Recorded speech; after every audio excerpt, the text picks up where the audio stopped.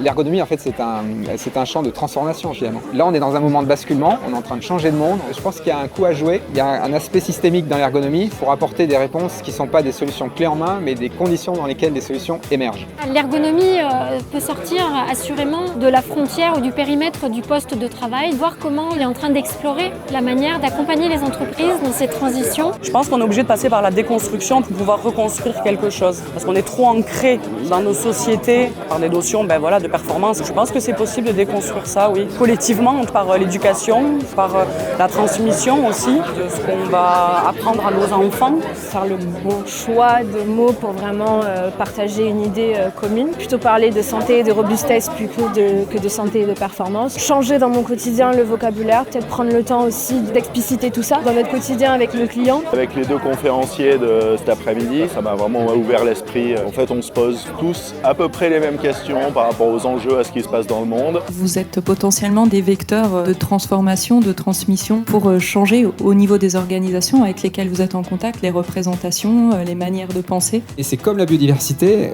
il suffit d'une graine pour refaire tout un paysage. Et on est vraiment dans ce moment-là. Dès qu'on commence à s'ouvrir à ça, alors là, le champ des possibles est énorme. On a eu beaucoup de temps d'échange et on a abouti à des réflexions. Et là, on peut en discuter sous un point de vue qui est beaucoup plus général, quasiment sociétal, en se disant mais finalement comment ça influence nos pratiques. Ce qui m'a beaucoup plu par rapport à la gouvernance, c'était de me dire qu'on pouvait avoir une vision différente de la gouvernance pour pouvoir faire justement de la gouvernance un vrai levier de robustesse. Quand une entreprise va avoir une proposition de mission, essayer de positionner ce concept de robustesse un peu au centre et venir décliner tous les accompagnements qu'on peut proposer.